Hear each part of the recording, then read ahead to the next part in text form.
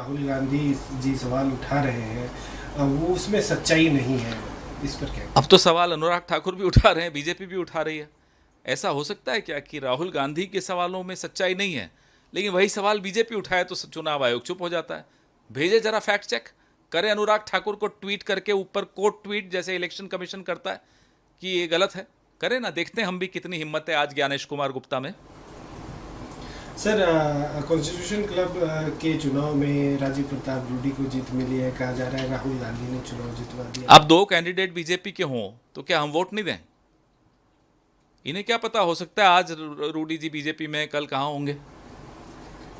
कर्नाटक में कांग्रेस सरकार के एक मंत्री ने इस्तीफा दे दिया है और कहा उन्होंने कहा कि वोटर लिस्ट तो कांग्रेस के जमाने में बनी थी। इस पर एडिशंस कब हुई थी, कौन करा रहा था?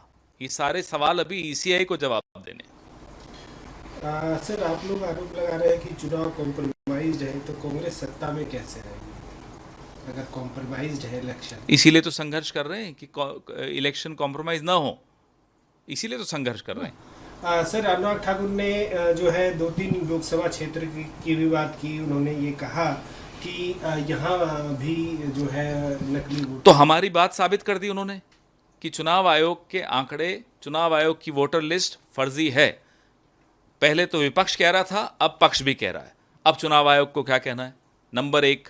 नंबर दो, जो वोटर लिस्ट इलेक्ट्रॉनिक हमें लेने में 6 महीने लग गए, अनुराग ठाकुर को 2 दिन में कैसे मिली? तो हमारी एक और बात साबित होती है कि बीजेपी और चुनाव आयोग का एक गठबंधन है, जो हमें नहीं मिलता उन्हें मिल जाता है। नंबर 3, अब जब अनुराग ठाकुर के पास सब इलेक्ट्रॉनिक वोटर लिस्ट है तो हम उनसे मांग करते हैं कि वाराणसी की इलेक्ट्रॉनिक वोटर लिस्ट हमें दे दें।